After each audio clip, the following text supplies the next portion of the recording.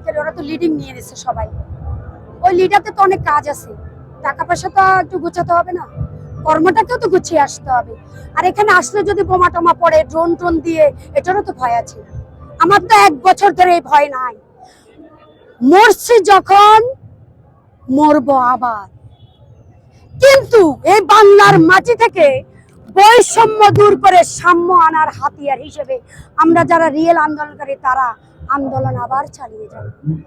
আপনি কি এনসিপি তে আছেন কিনা? আমি আসিপিতে আছি, ঢাকা দক্ষিণ। হ্যাঁ, কিন্তু আমি 2-4 বার এনসিপি পার্টি অফিসে গিয়েছি। আমি আসানোর কোনো বক্তব্য, আসানোর কোনো সম্মান আমি ওখানে পাইনি, আস্তে সরে গিয়েছি। আমাদের আন্দোলনকারীরা যারা আছে তারা সেম কাজ করেছে, যারা রিয়েল ভাবে আন্দোলন করেছে ওরা কেউই কিছু পায়নি। এজন্য আমরা সবার জায়গায় সবাই। এর কারণ কি? এর কারণ হলো দল গঠন করার কারণ এটা রাজনীতি গঠন করা।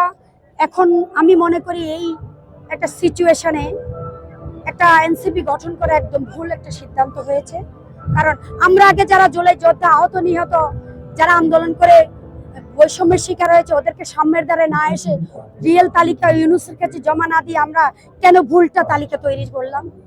তাইলে এখানেই তো বৈষম্য রে ভাই। আর কোথায় আপনি সাম্য পাবেন?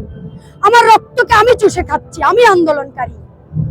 আর যারা ফেস ভ্যালু তারা এই টাকা লুটে নিচ্ছে। হাসনাত, সার্জিস, নাহিদ, আসিফ মোহাম্মদ, সজীব ভুইয়া সেদিন মাইক্রোফোনের সামনে আমাদেরকে আসতে দেয়নি। ঢাকা ইউনিভার্সিটিতে চুরি করে টিএসসি চত্বর থেকে গিয়ে মিডিয়া কিছু নিয়ে বলেছে আমরা আন্দোলন করেছি। কোথায়? আমি তো দেখিনি।